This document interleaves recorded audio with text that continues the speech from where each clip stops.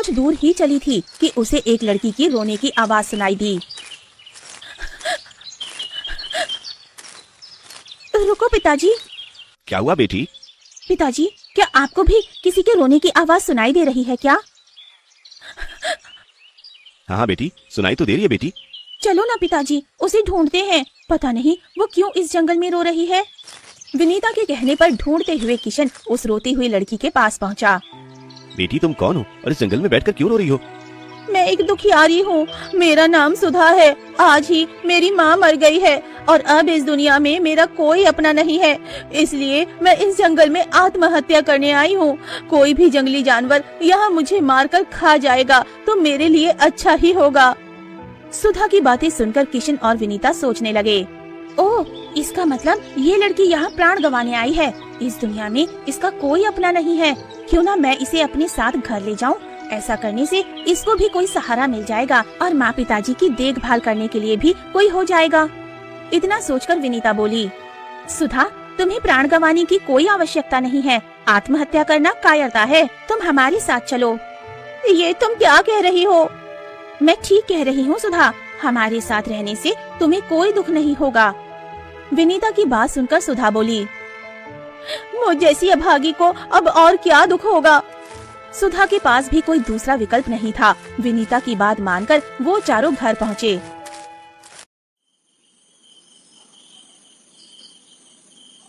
रात को विनीता ने सुधा को खाना खिलाया और बातें करने लगी। सुधा ने विनीता से उसके अंधे होने का कारण पूछा।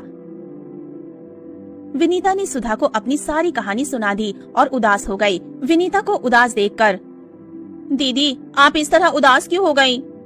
कुछ नहीं सुधा, बस ऐसे ही। काश मैं भी अंधी ना होती तो लोग मेरे अंधेपन के कारण मेरे माता पिता के साथ बुरा व्यवहार ना करते। दीदी, आप इस तरह नहीं टूट सकती। जो गांव वाले आपके अंधेपन को आपकी कमजोरी मानते हैं, आप उसी अंधेपन को अपनी पहचान और अपनी ताकत बनाओ। ये तुम क्या कह रही हो सुधा? एक बेबस और अंधी लड़की भला क्या कर सकती है?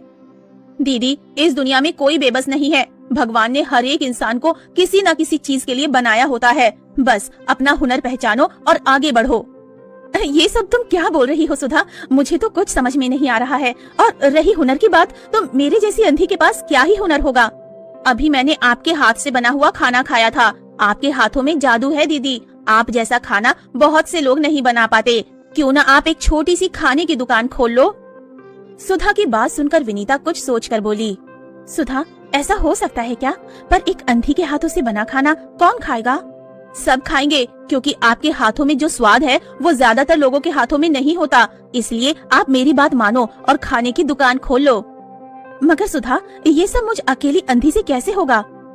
दीदी, आप उसकी फिक्र मत करो। लगता है भगवान ने मुझे आपसे इसीलिए मिलवाया है। मैं हूँ ना, सब संभाल लूंगी।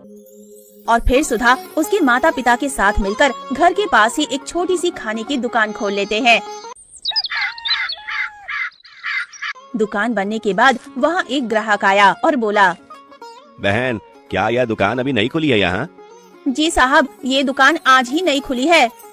हाँ, मुझे लगा ही था, क्योंकि मैं यहाँ से आता जाता रहता हूँ और मैंने यहाँ पहली बार दुकान देखा। खैर अच्छा हुआ यहाँ खाने पीने की दुकान खुल गई, क्योंकि आसपास कोई खाने पीने की दुकान नहीं थी। जी साहब, आप हमारे यहाँ से कोई भी चीज ले जाओ। अगर आप अपनी उंगलियाँ ना चाटते रहो तो फिर कहना। अगर ऐसी बात है तो मुझे एक प्लेट छोले भटूरे दे दो। जी साहब, आप बैठिए, मैं अभी लाकर देती हूँ।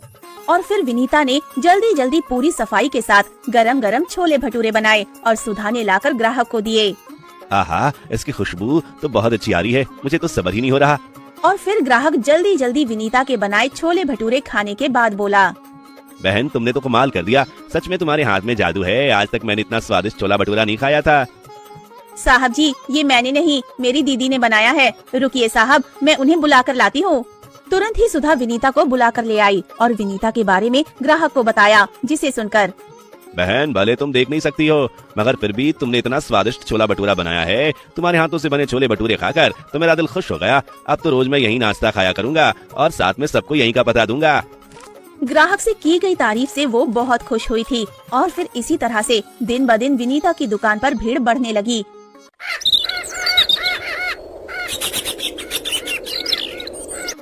कुछ ही दिनों में वो अपने गांव के साथ साथ दूर दूर के गांव में भी मशहूर हो गई, जिस कारण सारे गांव वाले उसको सम्मान देने लगे और पैसों की कमाई के कारण